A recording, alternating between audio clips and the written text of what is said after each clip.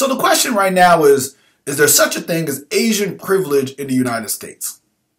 Well, the reason why I'm asking this is because Bill O'Reilly, I think it was back in 2014, he reported that Asian Americans made about 20% more than white people did in the United States.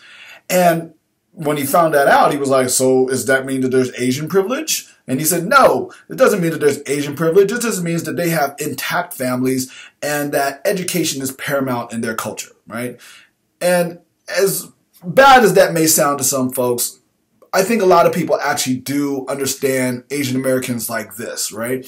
But this is interesting, and the reason why I'm bringing this up is because a Brown University economist, his name is Nathaniel Hilger, he actually did some research and found out that, quite simply, that educational achievement had very little, if anything, to do with the social upward mobility of Asian Americans. What he found was that simply that over time, is that our society became less racist towards Asian people.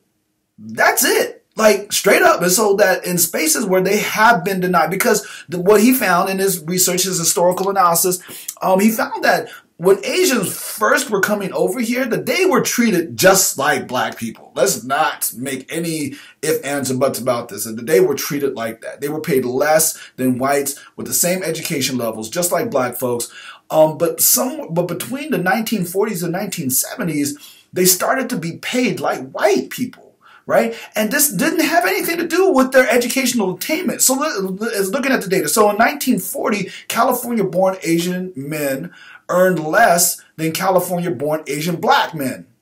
Or Asian black men. Anyway, black men. I'm sorry about that. And so anyway, and so in 1970, they were earning about the same as white men. In 1980, they were out earning white men. And so then also, so here's the comparison, because it's just people think it's like, well, because Asians are getting more education. No. It's not just that. Look, and so in 1980, even Asian high school dropouts were earning about as much as white high school dropouts. And so this is not about education. And by the way, Asian high school dropouts were making vastly more than black high school dropouts, right? And so this is in 1980. And so he's doing a historical analysis here. And so then he's wondering, it's like, so why did this happen? How did this happen?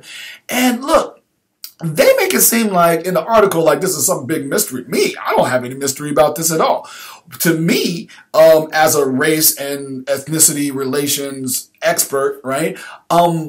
It's because they needed a counter narrative to the civil rights movement, which is normally focused around black achievement, or actually lack of achievement in education through a institutionally racist system, right? And so they needed some kind of counter narrative, whether it was conscious or subconscious or whatever conscious been between, I don't know. However, but the idea of that this is like some big mystery, it's like, no, they needed a counter narrative. And I'm going to tell you, it's like, look, this duality of black and white in the United States is like, look, black people have been treated at the bottom rung of the racial ladder for a long time now, folks. And so it's just like, I don't know why people are wondering about this so much. Like, why would other groups fare better than black people? It's because black people are literally constructed at the bottom. Not only that, but they're also been targeted historically, not only by local people and whatnot, but also by the United States government. This is demonstrable statistically,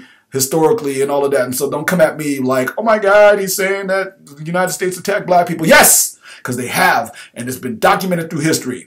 But anyway, and I also think about this, is that a lot of people, I think, really have a misunderstanding of like the intellectual prowess of Asian folks. And like, look, folks, the ones that we see here, you're right. They kicking ass and taking names and they killing it on SATs and all of this stuff. I understand that. However, people don't understand this part, and that is in 1965, the Immigration Act, immigration reform, it actually created a huge surge of high-skilled, high-earning Asians to come over here to the United States. Okay, and so that fuels an image of Asian Americans that we have, which is that they're smart, they're hardworking, all that, which any group can be smart and hardworking, but we have a high concentration of high-skilled, high earners amongst Asian folks because of the changes we made in our Immigration Act. And so anyway, so the other thing that I'm thinking of is that the reason why Asian folks, especially Japanese folks,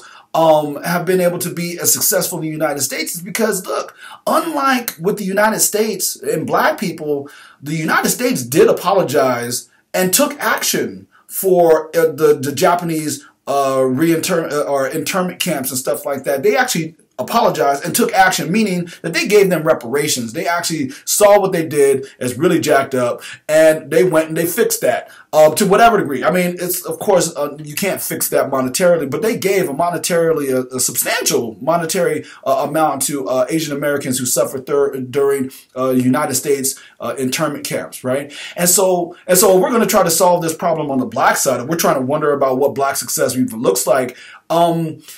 Sincere apologies, which they did issue one. The House of Representatives did issue one in like 2008, but it was highly symbolic. It wasn't really meant to do anything. And so if we're going to try to do something with this, then we need to not only apologize, but do something about it. We need to accept how white supremacy has been a foundational ideology in the United States, and it continues to plague us today, as we continue to see in places like Charlotte and all over the place where white supremacist groups are coming out from wherever they were hiding. They're coming out and feeling very comfortable and coming out from wherever they were hiding before. And then lastly is that this has to be, whatever action that comes after this apology has to be guided towards racial justice.